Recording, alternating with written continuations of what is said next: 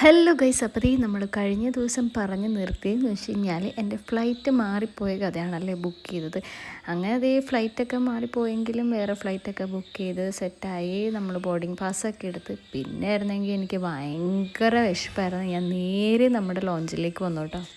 ലോഞ്ചിൽ കയറിയപ്പോഴാണെന്നുണ്ടെങ്കിലും നല്ല വിശപ്പായിരുന്നു കേട്ടോ എനിക്ക്. ഞാൻ അപ്പോൾ തന്നെ ഇതേ പോയിട്ട് ഫുഡും കാര്യങ്ങളൊക്കെ എടുത്തിരുന്നിട്ടുണ്ട്.